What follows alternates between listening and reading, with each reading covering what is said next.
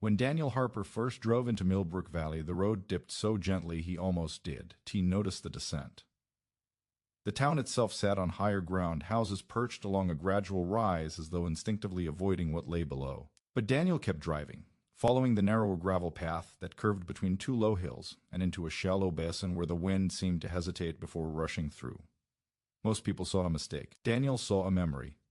The property had been listed for nearly 2 years.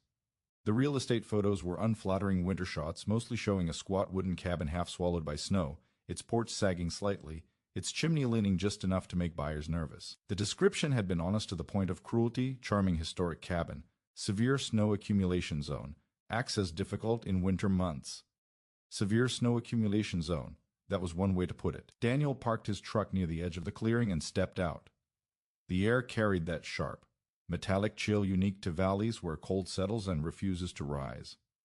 It was early autumn, and already the grass held a brittle edge. The hills on either side weren't tall, but they were shaped in a way that funneled wind directly into the basin. Snow would simply fall here. It would be driven, sculpted, packed into drifts that lingered long after the rest of town had thawed. He walked toward the cabin slowly. Up close, it wasn't as pitiful as the listing made it sound. The logs were thick, darkened by age, but solid. Whoever had built it decades ago had chosen dense pine and fitted each beam carefully. The stone foundation was wide and deliberate, not decorative but defensive. Even the roof, though worn, held a strong pitch. It wasn't careless construction. It was exposed construction. Daniel circled the cabin, boots crunching softly. He could imagine how the snow must pile along the windward side, how it would pack against the door until opening it became a morning battle. He could see where meltwater might freeze and refreeze along the eaves. He noticed the slight bend in the porch railing, likely the result of heavy snow, sliding down and slamming into it season after season. He knelt near the foundation and pressed his palm against the stone. Cold, but firm. The cabin wasn't failing. It was fighting alone. That afternoon, when he met the town, as real estate agent at the diner on Main Street, she stirred her coffee and studied him carefully. "You understand why it is priced the way it is?" she asked. "I do." "And you've seen it in winter?" "I've seen worse." She smiled politely, the kind of smile reserved for people who believed they were about to make a romantic mistake. "The previous owner lasted 2 winters. Before that, another family tried for 3. It is not the cabin that drives people out. It is the snow." Daniel nodded. He did argue. He did try to sound visionary. He simply said, "I'll take it." News traveled quickly in Millbrook. By evening, most of the town knew someone had bought the valley cabin. By morning, they knew his name. Daniel Harper was from Millbrook. He'd grown up farther north, in a region where snow did. Politely accumulated, dominated. Winters that were measured not by inches but by endurance. His grandfather had run a small homestead that survived through practicality rather than pride. Structures weren't built to look charming. They were built to withstand. Daniel remembered being 8 years old, watching his grandfather inspect the outer walls of their home before the first heavy storm. "Wind is worse than snow," his grandfather had said. "Snow insulates if you let it. Wind steals heat if you don't stop it." At the time, Daniel hadn't understood. But he remembered. Back in Millbrook, he moved into the cabin before the first frost. He spent the first week simply observing. Mornings were colder in the valley than on the hill. Even when sunlight reached the town above, it arrived late to the basin floor. Wind arrived early and stayed longer. He made notes: where snow would likely drift, which side faced the harshest gusts, how the hills shaped airflow. He stood outside during a windy evening and watched the way leaves spiraled across the clearing. The pattern told him everything he needed to know. One afternoon, while purchasing supplies at the hardware store, he casually mentioned his plan. "I am not rebuilding the cabin," he said, setting a bundle of heavy-duty brackets on the counter. "I am building a barn over it." The clerk blinked. "Over it? Completely over it?" There was a pause, long enough to invite attention from others in the store. "You mean around it?" "No," Daniel replied calmly. "Over it. Around it, encasing it." Laughter erupted from near the lumber aisle. "You planning to stable horses on your roof?" Someone called. Daniel did flinch. He heard worse ideas dismissed more loudly. "It's a windbreak," he said simply, and more. By evening, the story had grown exaggerated. At the diner, it was said that the new man in the valley was building a fortress. At the gas station, someone claimed he was hiding something. At the post office, Mrs. Turner shook her head and said, "People from away always think they can outsmart winter." Daniel, meanwhile, measured the clearing around his cabin with methodical precision. He marked out a perimeter well beyond the cabin walls, large enough to create space between the original structure and the outer shell he intended to build. The barn would touch the cabin directly. It would surround it, protect it, buffer it. He ordered cedar posts thick enough to resist rot and strong enough to bear heavy loads. He arranged for trusses designed with a steep pitch, sharper than most residential roofs in Millbrook. Snow needed to slide, not settle. As the first truckload of timber arrived, neighbors slowed their vehicles to stare. The posts were massive. Daniel unloaded them himself, setting each one aside carefully. He worked steadily, not rushed. Every measurement was double-checked. Every depth dug into the earth accounted for frost lines and ground movement. The laughter continued for a while. Teenagers biked past and pointed. One shouted, "Building a castle?" Daniel smiled and kept digging. By mid-September, the skeleton of the barn began to rise. 4 main corner posts stood tall first, towering over the cabin like sentinels. Then cross beams connected them, forming a rectangular frame that dwarfed the smaller structure inside. From the road above, it looked bizarre, like a building swallowing another. The town buzzed with commentary. "He is wasting money. He'll regret that when it collapses. You can't just trap a house inside a barn." But Daniel wasn't trapping anything. He was creating space. He left wide gaps between the future barn walls and the cabin exterior. He planned ventilation carefully. The barn would block wind and direct snowfall, but it would not suffocate the inner home. Airflow mattered. Moisture control mattered. He was building a shell to seal the cabin. He was building a shield to defend it. Some evenings, after long hours of labor, he would sit on the porch of the cabin and look up at the rising frame above him. It felt strange at first, like living inside a half-built cathedral of timber. But there was comfort in the geometry of it. The lines were strong. Intentional. One morning, Mr. Callahan drove down into the valley out of sheer curiosity. He parked his pickup near the clearing and stepped out, squinting at the structure. "You serious about this?" the older man asked. Daniel wiped sawdust from his hands. "Very." Callahan walked slowly around the perimeter. "Why not just reinforce the cabin roof?" "I am reinforcing it," Daniel replied. "But that won't stop wind. Won't stop drifts from packing against the walls. Won't stop heat from being pulled away every storm." Callahan grunted. "Snow is snow?" "Not exactly." Daniel pointed toward the hills. "When wind comes through there, it accelerates. It hits this basin and drops whatever it is carrying. Snow piles where air slows. Right here?" Callahan glanced around, considering. "You are building a windbreak?" "Among other things." The older man studied the heavy beams again. "Looks expensive." "So does replacing a roof every 5 years." Callahan did laugh this time. As weeks passed, the frame expanded. Rafters climbed upward, forming a steep, angular roofline. From a distance, the barn looked traditional, broad-shouldered, sturdy. But up close, its proportions were slightly different. Taller than necessary, wider than typical. Intentional excess. The cabin beneath it remained intact, untouched except for repairs Daniel made in spare hours. He resealed the windows, reinforced the chimney, added insulation to the interior walls. If the barn was the shield, the cabin would be the heart-tight, efficient warm. By late October, the outer walls of the barn began to enclose the space. Large sliding doors were installed at either end, tall enough to admit equipment or vehicles. Above, vents were cut along the ridge line to allow rising warm air to escape and prevent condensation buildup. From the road, the structure now resembled a fully realized barn. Except it had no animals, no hay bales, no farm equipment. Just a cabin sitting quietly inside, like a secret. The laughter in town softened into confusion. "Maybe he knows something we don't, Mrs. Turner admitted one afternoon. Or maybe, some still thought, he was simply stubborn. The first frost arrived silently one night, glazing the valley in silver. Daniel stepped outside early the next morning and noticed how the barn, as broad roof, cast long shadows over the cabin walls. Even without snow, he could feel the difference. The wind struck the barn exterior and dispersed upward, rather than slamming directly into the cabin. Logs. He stood there for a long moment, listening. The cabin was quieter. Not because the world outside had stilled, but because something now stood between it and the worst of the elements. Winter had not yet arrived, but Daniel felt ready. He thought of his grandfather again, of lessons spoken plainly and demonstrated patiently, of structures built not for show but for survival. Millbrook might still be laughing, but Daniel wasn't building for their approval. He was building for February. And when the first real storm rolled down those hills, he intended for his cabin not to fight alone anymore. Construction began before the last of the autumn leaves had finished falling. Daniel had always believed that if something was worth building, it was worth building deliberately. He did rush simply because others doubted him.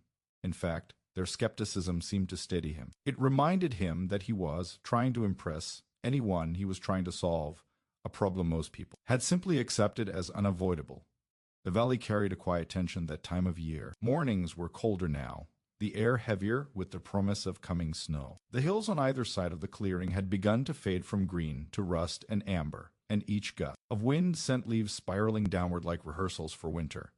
Daniel rose before dawn each day. He brewed coffee on the small cast-iron stove inside the cabin and stepped out into the clearing with a notebook tucked under his arm. The skeleton posts he had sunk weeks earlier stood firm and vertical, their bases secured deep below the frost line. He inspected each one carefully, checking for movement, measuring spacing again even though he already trusted his calculation. He wasn't building just a barn. He was building a system. The first major step was reinforcing the cabin itself. Though the outer structure would protect it, the cabin still needed to function as an independent, insulated home. Daniel replaced worn shingles with heavier, more weather-resistant material. He doubled the underlayment, sealing every seam with care. He inspected the log joints and drove new chinking into gaps where age had widened the cracks. Some evenings, while working along the roof line, he would glance toward town. Smoke curled from chimneys up on the hill. The houses there looked conventional, predictable. They stood exposed to wind, facing winter head-on like soldiers bracing for impact.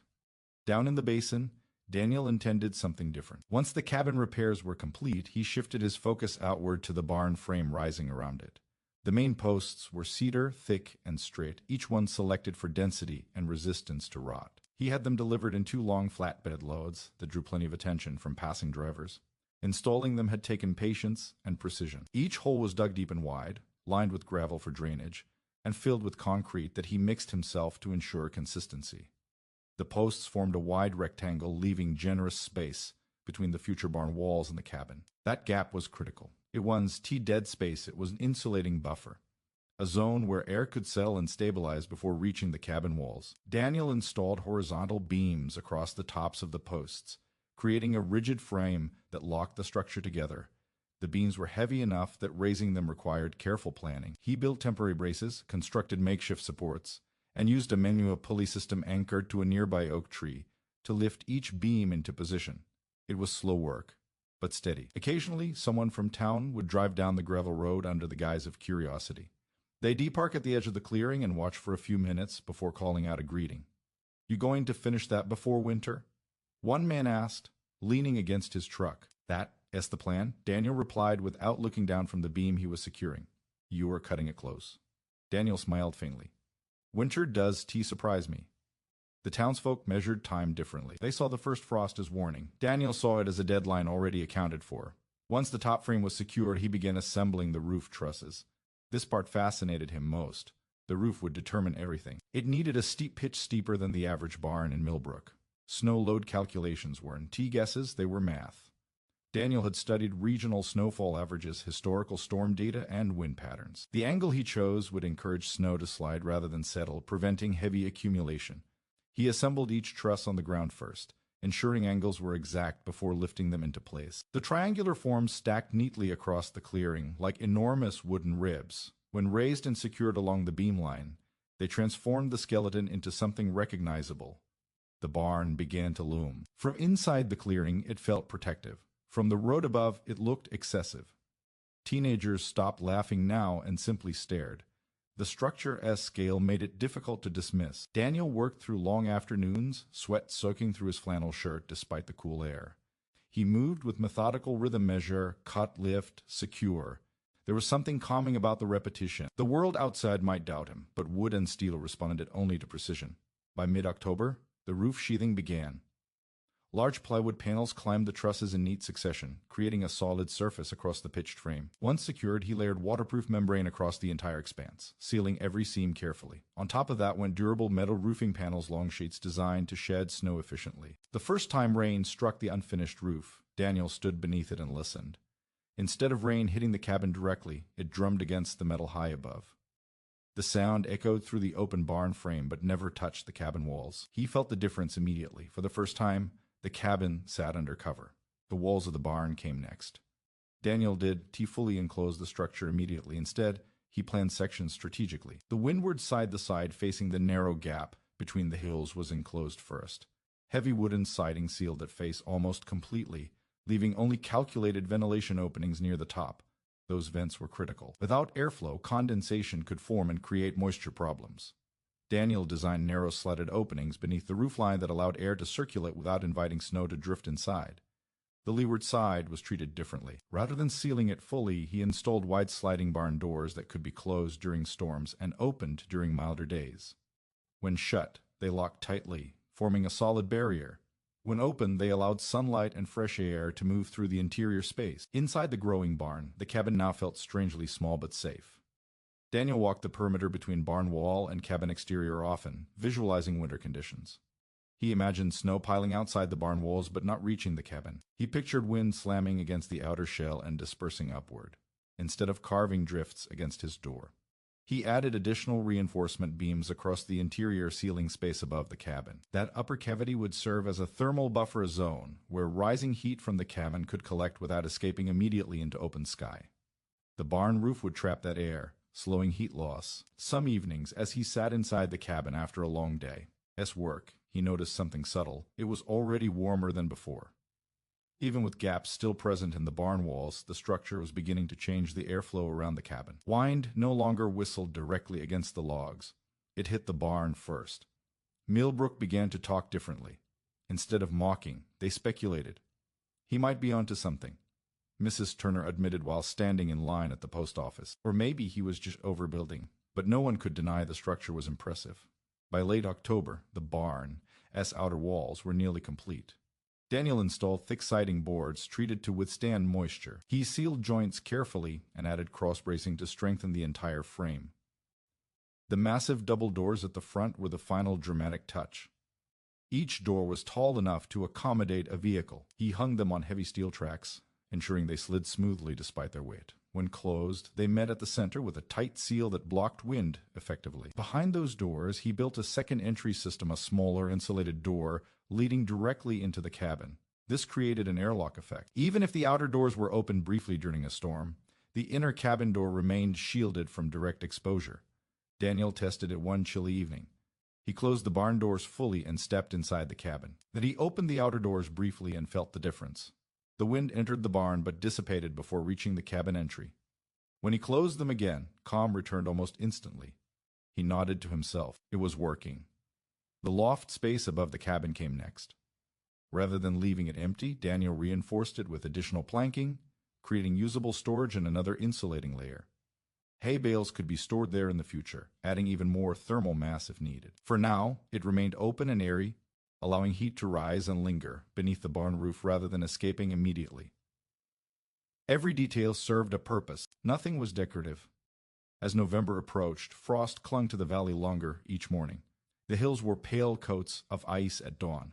Daniel worked faster now, not rushed, but aware that heavy snow could arrive any week. The final tasks involved sealing edges, installing additional drainage channels around the barn's perimeter, and reinforcing the foundation lines where snow would likely accumulate outside. He shaped the ground subtly so that melting snow would flow away from the barn, not pool near the posts. He laid gravel pathways beneath the overhangs to prevent mud from forming during thaws. By the time the first flurries drifted lazily from the sky, the barn stood complete. It towered over the cabin with quiet confidence. From a distance, it looked like any large agricultural structure, but those who stepped inside felt the difference immediately. The air was still, the space expansive. The cabin sat at its center like a protected ember. On the day Daniel finished tightening the last bolt on the door track, Mr. Callahan drove down again. He climbed out slowly, staring up at the finished structure. "Well," the old man said, hands on hips. "You did it." Daniel wiped his hands on a rag. "I did." Callahan walked inside the barn, boots echoing softly on the gravel floor. He circled the cabin, looking upward at the high roofline, then back at Daniel. "You really think this L stopped the snow?" "It won. Stop it," Daniel said calmly. "It L redirected." Callahan nodded slowly, considering that distinction. As evening settled over the valley, clouds gathered thick along the horizon. The air carried that unmistakable stillness that precedes a storm. Daniel stood just outside the barn doors and watched the sky darken. He felt no anxiety, no urgency, only anticipation. For months, the town had laughed at the idea of building a barn over a cabin. Now the structure stood ready. Winter was coming, and for the first time since the cabin had been built decades earlier, it would not face the season alone. The first real storm did not announce itself with drama. It arrived quietly, almost politely, as if testing the valley before committing to it. Daniel woke before dawn to a silence so complete it felt padded. The usual whisper of wind between the hills was gone. The air inside the cabin felt still, heavy, expectant. He swung his legs over the side of the bed and crossed to the window. Snow was falling, not the thin, scattered flurries of early November, but thick, steady flakes descending in purposeful silence. They drifted at first, then angled as a higher current caught them. Beyond the glass, the barn interior remained dim but dry, its wide rafters casting long shadows in the gray morning light. Daniel dressed slowly, not in a rush. He brewed coffee and listened. The sound came next, soft at first like fingertips brushing metal. Snow hitting the barn roof. He stepped outside the cabin door and into the open space inside the barn. The temperature was colder than indoors, but noticeably calmer than it would have been without the structure. No wind struck his face. No snow swirled into his eyes. He walked to the large sliding barn doors and pushed one open a few inches. The world beyond had already changed. Snow blanketed the clearing outside, smoothing the earth into gentle curves. The hills looked closer somehow, their edges softened by white. Wind had begun to gather strength, pushing the falling snow sideways in long streaks. Daniel closed the door again and leaned against it, listening to the storm build. By mid-morning, it had intensified. Snow fell faster, thicker, driven by gusts that howled between the hills and slammed into the barn's outer walls. From inside, the sound was deep and resonant, a low rush followed by a rattling hum as wind slid along the siding. But inside the barn, the air barely moved. Daniel walked the perimeter between barn wall and cabin exterior, studying how snow behaved. Through small gaps near the base of the doors, he saw drifts forming outside, but they piled against the barn, not the cabin. He opened the inner cabin door and stepped back into warmth. Already, he felt the difference. In previous winters back, when he de-rented a small house up in town, storms like this meant vigilance. Snow packed against doors, wind found every crack. Heat escaped faster than the stove could replenish it. Here, the cabin seemed insulated by quiet. He added a log to the stove and sat by the window, watching snow slide in thin sheets down the barn roof. His far side, the steep pitch was working. Instead of accumulating heavily, the snow gathered briefly and then released, sliding down in clean cascades that landed several feet away from the barn's base. The first test was underway. By afternoon, Millbrook was buried. Up on the hill, plows struggled along Main Street. Driveways disappeared. Porch steps vanished beneath drifts shaped by wind. The valley below Daniel Valley took the brunt of the funneling gusts. Snow did simply fall there. It drove forward like surf. But the barn absorbed it. Wind struck the broad windward wall and deflected upward, breaking its force before it could reach the cabin. Snow accumulated against the outer structure, forming rising banks along the siding. Yet beneath the wide overhangs and inside the enclosed space, the ground remained mostly clear. Late in the afternoon, Daniel pulled on his coat and stepped outside to inspect. He opened the large barn doors carefully. A wall of white greeted him. Snow had piled high against the outer surface nearly 2 feet already, and the storm showed no sign of slowing. But as he stepped through the threshold, he noticed something remarkable. The doors opened freely. No heavy drift pressed directly against them. The design of the roof and overhang had redirected those falling snow outward, away from the immediate entry point. The banks formed along the sides, not directly in front. He stepped a few feet into the storm, boots sinking deeply. Wind tore at his jacket instantly, stinging his cheeks. He turned in a slow circle, surveying the clearing. Where the barn stood, snow curved around it in sculpted patterns, like water flowing around a rock in a stream. The hills amplified the storm's intensity, but the structure held firm. Daniel retreated inside quickly and closed the doors, securing the latch. Within seconds, the chaos softened to a distant roar. He stood there a moment, breathing slowly. He lifted a shovel. Evening fell early beneath the storm clouds. Candles flickered in windows up in town as electricity faltered under the strain of wind and ice. Daniel's power flickered once, then steadied. The barn walls shielded the cabin from the worst of the gusts, reducing vibration along the electrical lines that ran from the road. Inside the cabin, warmth remained constant. The stove burned efficiently. Without wind clawing heat away from the outer logs, the interior temperature held steady longer between stokes. Daniel noticed he was feeding the fire as frequently as he had expected. He ran a small thermometer experiment, placing one device near the cabin's interior wall and another in the open barn space. The difference was measurable. The barn interior was colder than the cabin, of course, but not by the margin he would have seen without protection. More importantly, wind chill was nearly non-existent inside the barn. Wind mattered more than snow. His grandfather's voice echoed in memory. Snow insulates if you let it. Wind steals heat if you don't. Stop it. By midnight, the storm peaked. The barn groaned once as a particularly strong gust struck the windward wall, but the cross-bracing held firm. Snow cascaded from the roof in thick sheets, landing with heavy thuds well away from the doors. Daniel slept through most of it. In previous homes, storms like this kept him half awake listening for roof strain, for shifting drifts, for the creak of stressed beams. But that night, the barn bore the assault. Morning arrived in brilliant white. The storm had passed. Sunlight pierced the valley, reflecting off the fresh snow with blinding intensity. Daniel rose early and stepped into the barn. The space felt serene. He opened one of the large doors cautiously. Outside, the world was transformed. Drifts rose waist-high across the clearing. Snowbanks leaned against the barn's outer walls, sculpted into smooth curves by wind. The hills looked taller now, their contours softened. Daniel stepped outside briefly to assess. Snow around the barn had formed predictable patterns. The steep roof had shed accumulation effectively. Thick piles lay several feet from the structure's base, exactly where he'd anticipated. The ground directly in front of the doors remained manageable. He cleared a small path outward, not because he needed to access the cabin, but because he wanted to examine the snow distribution. Then he stepped back inside. The barn floor remained mostly exposed gravel, with only a light dusting near the threshold. He walked to the cabin door. No drift blocked it. No icy crust sealed it shut. He opened it easily. Up in town, shovels scraped furiously. Neighbors struggled to free doors and dig vehicles from snowbanks. Social media posts buzzed with complaints about the unexpected accumulation. Mrs. Turner spent 2 hours clearing her porch steps. Mr. Callahan climbed onto his roof with a rake, pushing heavy snow away from the gutters. By late morning, someone drove down the gravel road toward the valley. It was Callahan. His truck labored through the snow, tires spinning occasionally before gripping again. He parked near the edge of the clearing and stepped out, staring. The barn stood proud, snow sliding lazily from its far side in small residual sheets.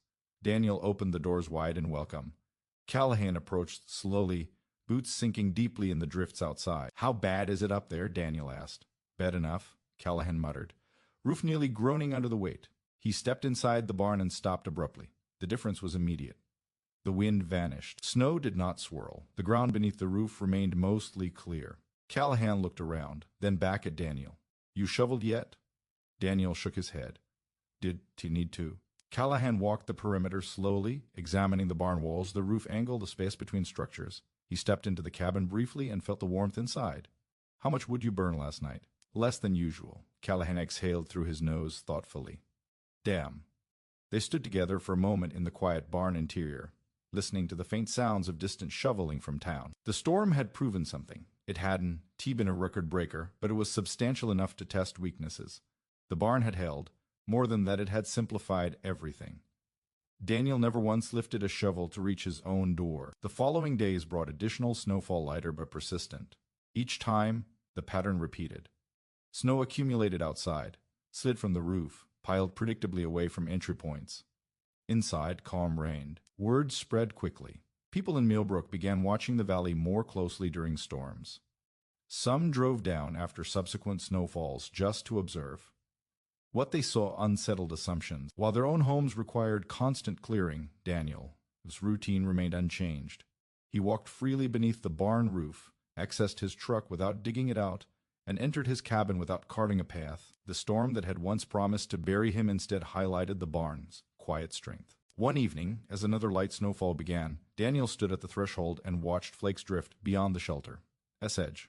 He felt no urgency. Winter had arrived in earnest, and for the first time since the cabin had been built, it was not exposed. It was wrapped in timber, shielded by intention, and held steady while the valley filled with white. By the time December settled fully over Millbrook, the novelty of the first storm had faded, but the consequences had not. Winter no longer arrived in single dramatic gestures. It came in layers. One storm followed another. A brief thaw refroze into glass. Wind shifted direction without warning, and each new front carried its own personality, sometimes dry and powdery, sometimes wet and crushingly heavy. For most of the town, that meant routine strain.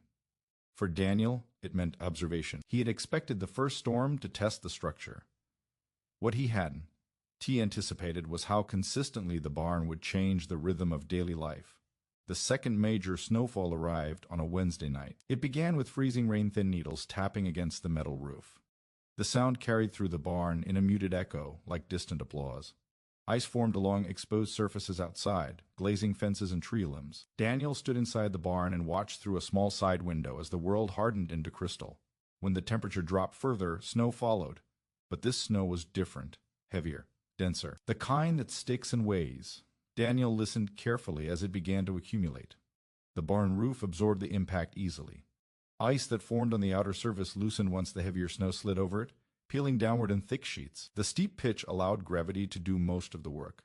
Inside the barn, air felt noticeably calmer than outside. The wind that howled across the valley struck the outer walls and dissipated upward, forced to climb the slanted roof rather than slam directly into the cabin. Daniel lit his stove and settled into a chair near the window. He monitored the temperature carefully.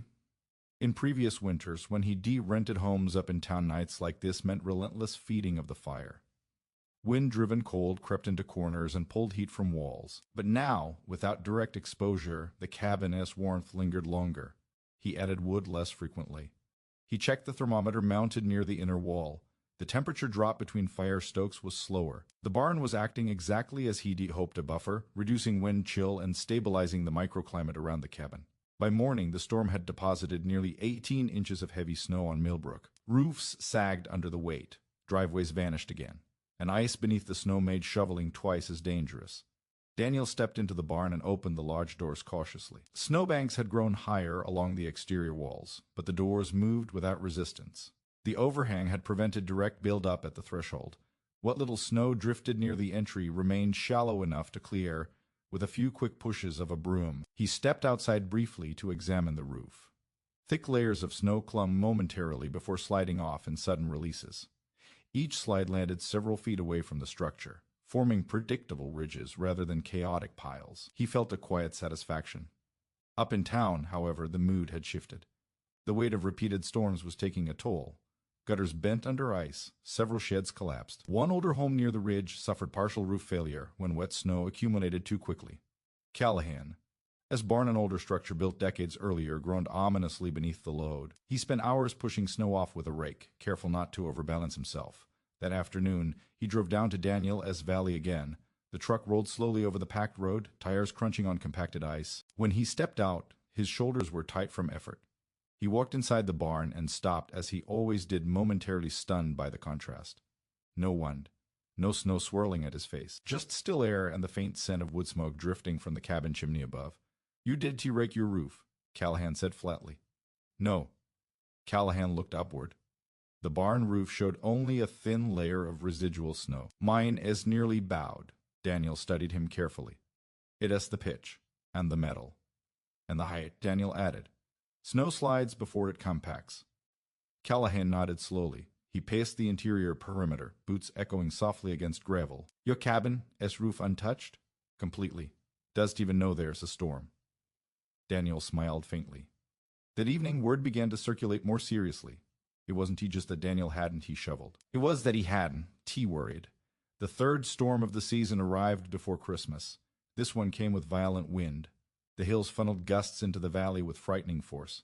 Wind howled like an approaching train, rattling windows across town. Trees bent and snapped. Snow lifted from the ground and became airborne again, reducing visibility to near zero. Daniel stood inside the barn and felt the structure take the impact. The windward wall absorbed the gusts. Cross-bracing held firm. The sound was loud but distant force striking timber rather than flesh. Inside the cabin, there was only a muted tremor. He placed his palm against the interior log wall and felt steady warmth. No icy drafts slipped through seams. No fine powder of wind-driven snow crept through cracks. The barn was shielding the cabin entirely from direct assault. Outside, the storm sculpted massive drifts against the barn's outer siding. Snow piled shoulder-high in places. But beneath the roof as protection, the ground remained manageable. Daniel opened the outer doors once during the peak of the storm, just briefly to assess conditions. Wind rushed inside, but weakened almost immediately, broken by the overhead structure and side walls. Snow swirled in for a moment, then settled harmlessly near the threshold. He closed the doors again. Silence returned quickly. By morning, Millbrook looked battered. 2 more roofs required emergency clearing. A power line snapped near the eastern ridge. Snowbanks climbed so high along Main Street that plows created narrow corridors between walls of white. Daniel, meanwhile, brewed coffee and walked freely beneath his barn. His truck remained accessible. Firewood stacked neatly against the inner wall stayed dry. Tools hung untouched by frost. He hadn't lifted a shovel, not once. Mrs. Turner noticed first. She stood on her porch, leaning heavily on her shovel, and looked toward the valley below. She could see the red barn roof clearly against the white landscape. Snow slid from its surface in smooth sheets. She shook her head. Later that week, she drove down with a basket of bread. "I just wanted to see it up close," she admitted when Daniel opened the doors. She stepped inside and gasped softly. "It is calm." Daniel nodded. "It is always like this." "During storms," he said. "Yes." She walked slowly around the cabin, touching the outer barn wall. "You really haven't shoveled?" "No." She looked back toward the opening, where drifts outside stood high and glittering. "I've been clearing my steps every morning," she said quietly. "Twice yesterday." Daniel did respond with triumph. He simply listened. The town skepticism had shifted into something else now. Not jealousy, not resentment. Something closer to reconsideration. By January, the pattern was undeniable. Each storm reinforced the same truth. Snow accumulated where Daniel expected it to accumulate. Wind struck where he had designed it to strike. Heat remained where he intended it to remain. The barn did not eliminate winter. It controlled its effects. Heating bills told another part of the story.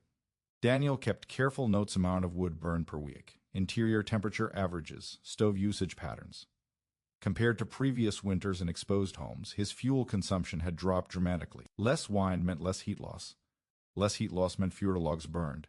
He calculated quietly and realized he was using nearly half the firewood he had anticipated. One night, during the harshest cold snap yet, temperatures plunged below zero, the kind of cold that makes wood snap in the forest. Daniel stoked the fire before bed and monitored the cabin carefully. Outside, wind screamed across the valley. Inside the barn, it was muffled. Inside the cabin, warmth held. He woke in the early hours expecting chill, but the interior remained comfortable. The air pocket between cabin and barn walls acted like a massive insulating buffer. Even as the outer barn temperature dropped sharply, it prevented direct wind chill from stripping heat from the cabin logs. He lay back down and slept. Across town, pipes froze in 2 homes. In one case, a burst line flooded a kitchen. Daniel heard about it days later at the general store. "You sure you want to come shovel with us sometime?" Someone joked weakly. Daniel smiled. "I am good." Laughter followed, but it lacked its old edge. It was no longer mockery. It was acknowledgement. By late January, another record snowfall blanketed Millbrook. This one tested structural limits across the region. Sheds collapsed. A garage roof gave way under weight. Emergency crews responded repeatedly. Daniel stood beneath his barn roof and watched thick snow cascade from the steep metal panels and controlled slides. The structure did sag.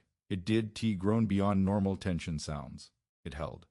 Callahan arrived again, slower this time, walking through the barn interior with something close to admiration. "You planned for this," he said. "I tried." Callahan studied the beams above. "Reinforced joints?" "Yes." "Extra bracing on windward side?" "Yes." He nodded slowly. "You did build a bar," he said quietly. "You built a shield." Daniel considered that.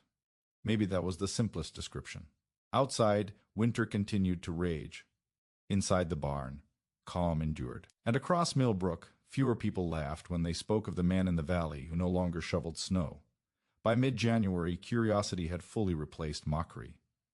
The valley that had once been the subject of jokes at the diner was now the quiet center of conversation. It was dramatic admiration. It was envy spoken aloud. It was something more practical than that interest born from exhaustion. Winter had been relentless.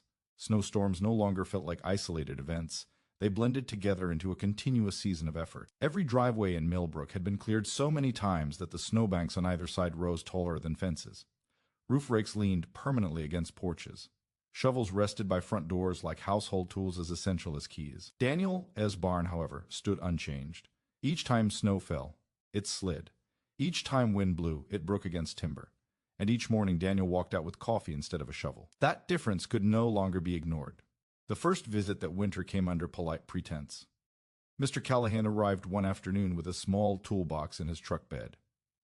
"Figured I'd check your hinges," he said casually. "Cold makes things stiff." Daniel smiled. "Appreciate it." Callahan stepped into the barn and paused, as always.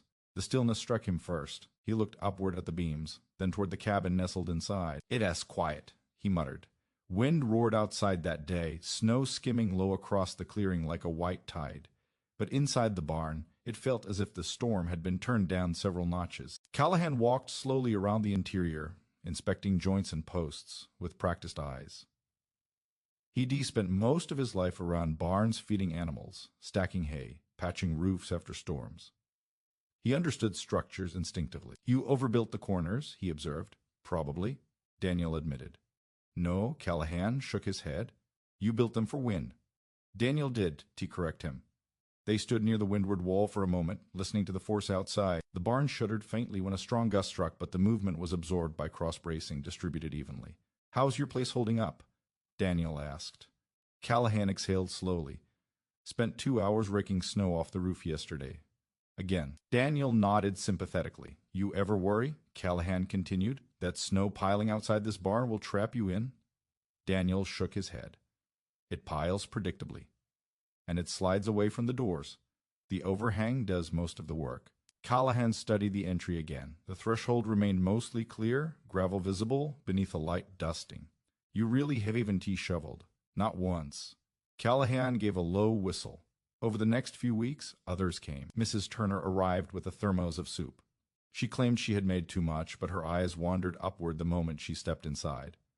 "I keep thinking I'll see snow on the cabin roof," she said. Daniel laughed softly. "You won." She circled the cabin slowly, fingertips grazing the outer logs. "It is like it is inside another world," she murmured. "In a way it is."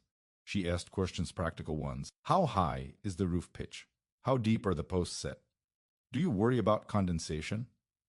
Daniel answered patiently, explaining airflow vents, gravel drainage, the importance of leaving space between the structures. She listened carefully, not as a skeptic, but as a student. Up in town, heating bills were climbing. The cold that winter cut deeper than usual. Wind chill factors dropped temperatures to levels that made even well-insulated homes struggle. Firewood stacks dwindled quickly. Daniel kept quiet about his own numbers. He had tracked every log burned since November. His consumption was nearly half of what he'd anticipated. The barn did generate heat, but it prevented its theft. Wind, once a constant thief, now struck timber first. One evening, while standing at the general store counter, Daniel overheard a conversation between two neighbors. "I swear I've shoveled more this winter than the last 3 combined," one complained. "And that man in the valley?" the other said. Hasn't he touched a shovel? Daniel did interrupt. Later that week, 3 vehicles arrived in succession. First came a young couple who had recently purchased a small home on the outskirts of town. They brought coffee and curiosity. "Is it true?" the husband asked almost immediately. "You really built the barn just for snow?" "For wind," Daniel corrected gently. "Snow follows wind." They stepped inside, wide-eyed. "It's warmer than I expected," the wife said. "Not warm," Daniel clarified. "Just protected."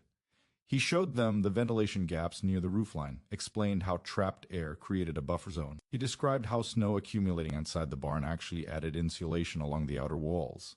"So the snow helps?" the husband asked. "If you control where it settles." They exchanged a glance that spoke volumes. After they left, Daniel stood alone in the barn for a while, considering something new. This structure wasn't just protecting him. It was changing minds. Another storm arrived in early February, one of the heaviest yet. Thick, wet snow fell relentlessly for nearly 24 hours. It clung to everything. Trees bowed under its weight. The town groaned beneath the strain. Daniel remained calm. He watched as heavy snow attempted to cling to the barn roof, then surrendered to gravity. The metal panels shed the weight in great sliding sheets that thudded into pre-existing banks below. Inside, he monitored beams for stress. None appeared. He opened the cabin door briefly and felt steady warmth wash over him. That evening, a knock echoed through the barn. It was Mrs. Turner, son Michael. "You got power?" he asked breathlessly. "Yes. We lost ours." Daniel invited him in. Michael stepped into the barn and stared upward. "This thing, solid. It needs to be." Michael hesitated before asking the question that had likely been on everyone's mind. Did you know it would work like this? Daniel considered his answer carefully. I hoped. They stood together, listening to the storm rage harmlessly outside. I've been shoveling since dawn, Michael admitted. Every time I clear the porch, another drift fills it. Daniel nodded. Wind shapes everything. The next morning, after the storm finally passed, Daniel opened the large barn doors and stepped into brilliant sunlight. Snow lay deep across the valley, nearly 3 feet in places. Drifts outside the barn reached impressive heights. But the doors opened freely. The threshold remained manageable. He stepped out briefly to inspect, then returned inside without clearing a path. He did. He need to. By afternoon, Callahan arrived again, this time without pretense. I need to see something, he said simply. Daniel led him inside. Callahan did. Speak for several minutes. He walked the perimeter, crouched near the base of the walls, examined how snow had banked outside. You graded the ground outward, he observed. Yes. So melt one pool. Yes. He ran a hand along a support beam. You calculated snow load, based on regional averages? Callahan straightened slowly. I've lived here 50 years, he said. Never thought to build something like this. Daniel shrugged lightly. It is not new, just forgotten. Callahan nodded slowly. You know, he said after a pause, if I built something smaller over my shed, maybe even just a lean-to on the windward side. Daniel smiled. It would help. That conversation marked a shift. The laughter was gone entirely now. In its place was something quite a respect. Over the following weeks, neighbors visited not to gawk but to measure. They brought notebooks. They asked about beam spacing, roof angles, ventilation gaps. Daniel answered each question openly. He never claimed ownership of the idea. He credited old homesteaders, northern builders, practical minds who understood wind and snow. One evening, as golden light filtered through the barn, as high vents, Daniel stood near the wide doors and watched children from town sledding down a nearby drift. They pointed at the barn, whispering. He wondered what they would remember years from now. Perhaps not the jokes, perhaps not even the structure itself, but maybe the lesson that sometimes the solution is fighting winter harder. Standing differently. That night, he added a log to the stove and sat quietly. The barn walls creaked softly as temperatures dropped again. Snow fell lightly, almost lazily. Daniel did. Worry about shoveling in the morning. He did. Need to. Outside, winter continued its long campaign across Millbrook. Inside the barn, life went on calm, steady, deliberate. And the man who had once been laughed at for building a barn over his cabin now found neighbors studying his beams instead of his mistakes. By the time March approached, winter no longer felt like a season. It felt like a test one the entire valley had been taking without realizing it. The storms had slowed, but the snow remained. It had hardened into layered crusts, frozen by night and softened slightly by pale afternoon sunlight. The landscape looked sculpted rather than fallen upon. Roofs still carried weight. Driveways still demanded effort. Shovels had not yet been retired. Daniel stood just inside the barn doors one morning, watching light spill across the snowbanks that had built up along the outer walls. They were tall now, nearly level, with the lower siding in places. Instead of threatening the structure, they embraced it, forming an insulating ring around the perimeter. He stepped outside carefully, boots pressing into the packed surface. The doors had opened without resistance. They always did. He walked the length of the barn, examining how the snow had drifted this time. The pattern was familiar now. Wind from the northwest built heavier banks along the southeast wall. The roof shed in long, predictable slides. Nothing surprised him anymore. Predictability that was the quiet reward of design. A truck engine echoed faintly down the valley road. Daniel turned and saw Michael Turner, as pickup approaching slowly, tires crunching over frozen ruts. The truck stopped near the barn, and Michael stepped out, collar pulled high against the cold. You busy? He called. Not especially. Michael walked toward him, scanning the structure like a man studying a blueprint hidden in plain sight. I started framing something, he said without introduction. Daniel raised an eyebrow. Oh? Over my workshop. Just a single-sloped roof on the windward side, nothing as big as this.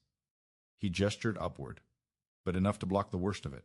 Daniel nodded once. How's it going? Michael hesitated. That is why I am here. They stepped inside the barn where the air felt noticeably calmer. Michael removed his gloves and turned in a slow circle, absorbing the scale again. I underestimated the bracing, he admitted. Wind caught it last week, twisted the top plate. Daniel walked to a nearby workbench and picked up a small scrap of wood. With a pencil, he sketched a simple diagonal cross brace. Wind does push evenly, he explained. It searches for weakness. If it finds flex, it multiplies it. Michael studied the drawing. So triangulate everything. As much as you can. Michael exhaled slowly. I should have listened closer the first time you explained it. Daniel smiled faintly. You were listening now.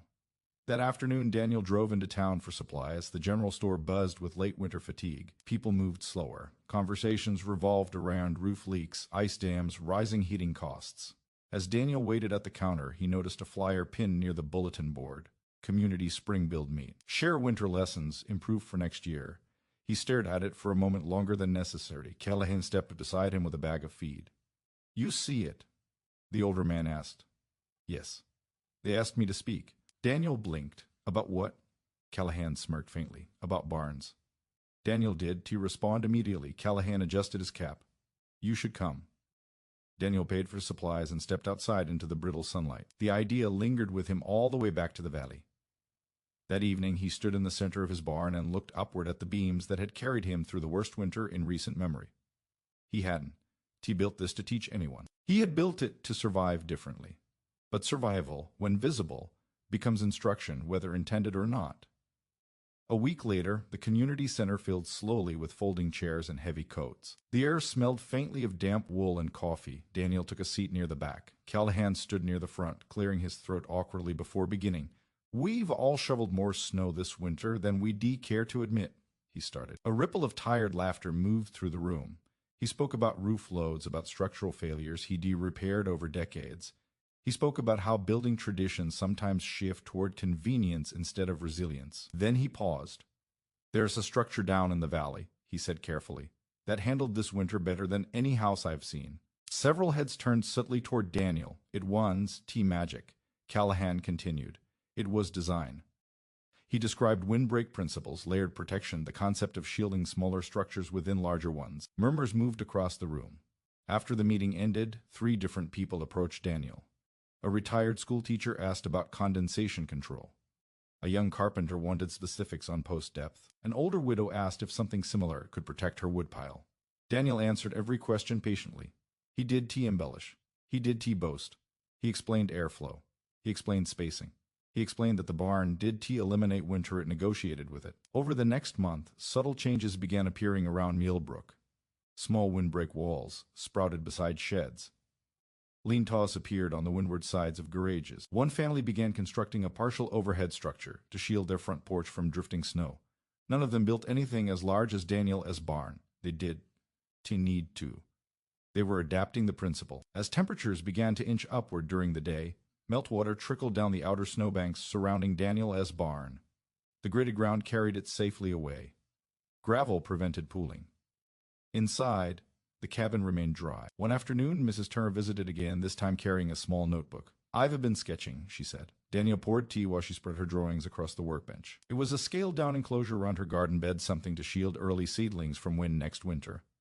I never thought about using structure to shape snow, she admitted. I always just fought it. Daniel nodded. Most people do. She looked up at him. Why did you? He considered the question longer than usual. My grandfather used to say, weather wins if you argue with it. She smiled softly. By early April, patches of earth began to reappear across the valley. Snow retreated unevenly, clinging stubbornly in shaded corners. Daniel opened the barn doors wide one morning and let sunlight flood the interior. For the first time in months, the air felt almost warm. He stepped outside and looked back at the structure that had carried him through. It looked unchanged, but the valley around it had shifted. Michael's workshop now had a reinforced windward roof extension. Callahan had added bracing to his livestock shelter. 2 homes along the ridge had constructed small protective overhangs above their main entrances. Winter had forced reflection. Daniel leaned against one of the barn posts and closed his eyes briefly, listening to dripping meltwater.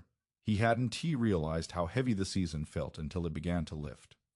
Later that week, Michael returned again, this time not for advice. I finished it, he said simply. Daniel walked with him back toward town to see the workshop addition. It was modest but sturdy. The new roofline angled deliberately, guiding snow away from the main door. You'll still shovel, Daniel told him honestly. Yeah, Michael agreed. But less. They stood together, examining the lines. I used more cross-bracing, Michael added. I can tell. Michael hesitated. You ever think about expanding yours? Daniel looked back toward the valley where his barn stood solid against the horizon. "No," he said after a moment. "It's enough." As April deepened, town conversations shifted from survival to planning. There was talk of reinforcing roofs before next winter, of investing in better drainage, of thinking ahead rather than reacting. The flyer board at the general store now held new postings. Windbreak Workshop, May. Structural Bracing Basics. Snow Load Calculations Seminar. Millbrook had become a place thinking differently. One evening, Daniel sat inside his barn with both large doors open. A soft breeze moved through, no longer hostile, just present. He watched as children ran across exposed grass where drifts once stood tall. The barn beams creaked gently, not from strain, but from temperature change. He ran his hand along one of the posts thoughtfully. He had built this structure for silence, freedom from the scraping of shovels at dawn, from the anxiety of each new forecast. Instead, it had built something else. It had built awareness. Winter would return. It always did. But next time, it would meet a valley less surprised by its force. Daniel closed the barn doors halfway as evening settled in, not because he feared the weather anymore, but because preparation, once learned, becomes habit. And in Millbrook, habit was quietly changing. Summer arrived slowly, almost cautiously, as if unsure it was truly welcome after such a long and punishing winter. Snowmelt fed the creek until it ran fuller than it had in years, and the valley that had been white and wind-scoured turned green in steady, determined waves. Grass reclaimed the fields. Wildflowers pushed through softened earth. The air no longer bit at skin, it settled gently instead. Daniel noticed the silence first. Not the winter silence of heavy snow muting the world, but the absence of scraping shovels. The lack of roof rakes dragged across shingles. The quiet of mornings no longer defined by effort before coffee. He stepped out of the cabin one early June morning and stood inside the barn, sunlight pouring through the high vents and open doors. Dust motes drifted lazily in golden beams. The timber smelled warm now, resin rising faintly in the heat. The barn looked almost oversized without winter pressing against it. The snowbanks that had once formed protective walls were gone. In their place, small ridges of gravel outlined where drifts had stood. Grass would grow there again soon. He walked the perimeter slowly, running a hand along each post, checking joints the way he had done in cold months, but now without urgency. The structure had proven itself. But proof did. Eliminate responsibility. In town, change was visible. Callahan, as livestock shelter, had been reinforced fully. New diagonal bracing created crisp triangles along the windward side.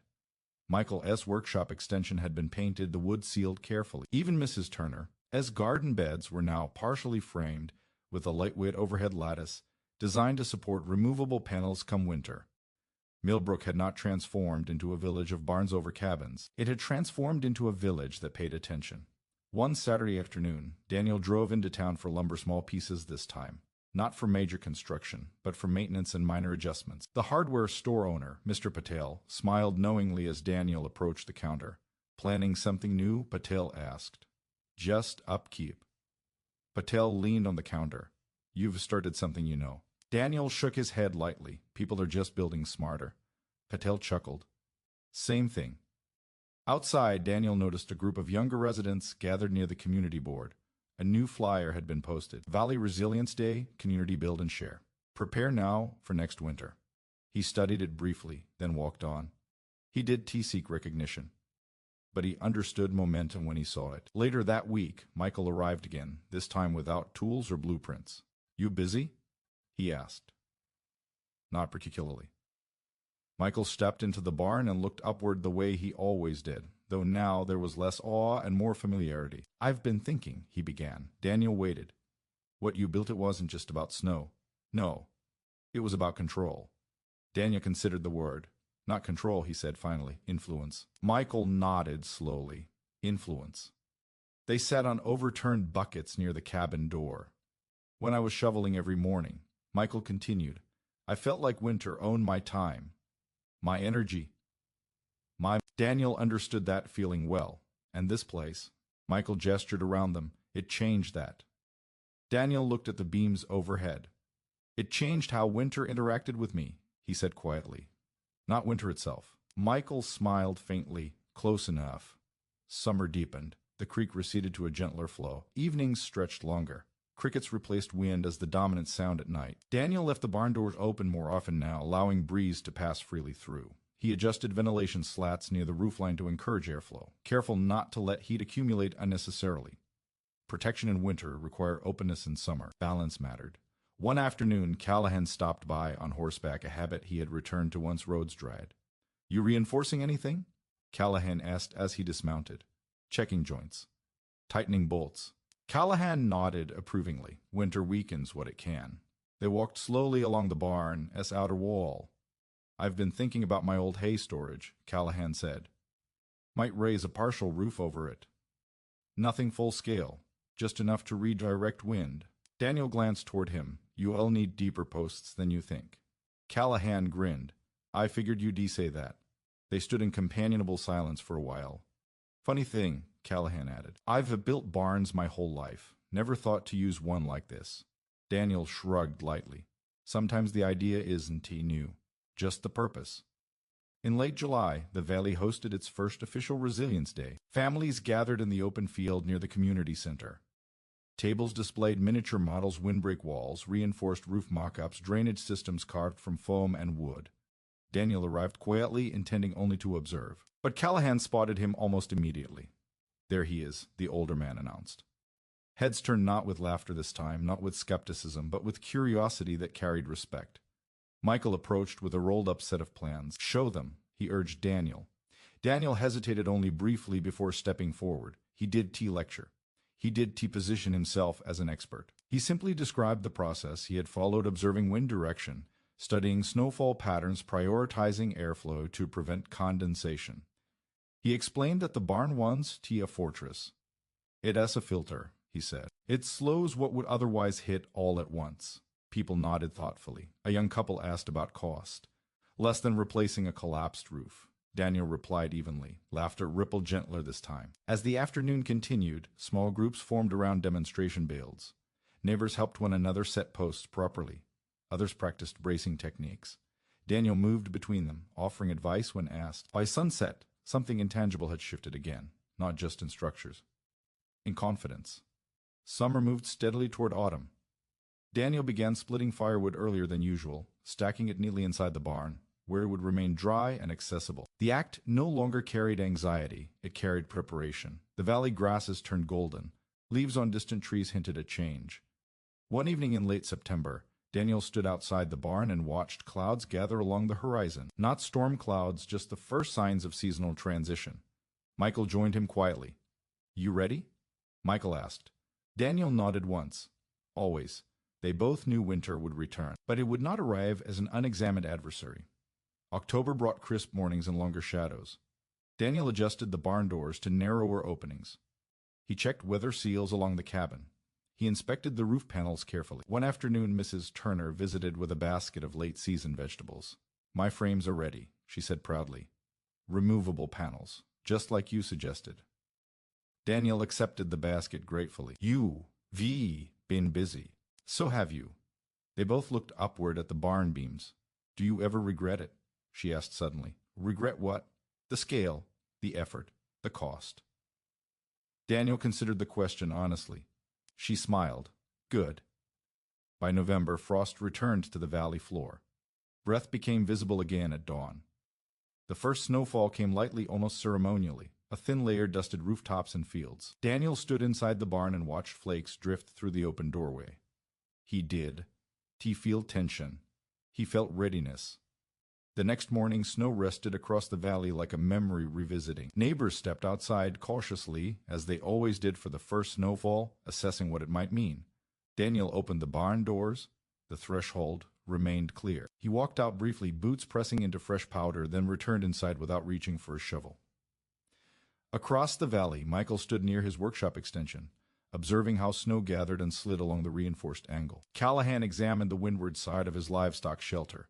Mrs. Turner adjusted the removable panels over her garden frames. No one panicked. No one rushed. Winter would come heavier soon enough, but Millbrook no longer waited helplessly for it. Daniel stood in the center of his barn as wind began to pick up slightly, carrying more flakes. The beams above him did not creak with strain, they settled with familiarity. He added a log to the stove inside the cabin and listened to the quiet burn. Outside, snow thickened gradually. Inside, time felt steady. What had begun as laughter had become learning. What had begun as isolation had become influence. Daniel sat by the cabin window, watching snow attempt once again to claim the valley. He knew it would shape the land, but it would not shape him the same way again. And as the first real storm of the new season gathered strength beyond the timber walls, he felt something stronger than relief. He felt continuity. Winter would return. So would resilience.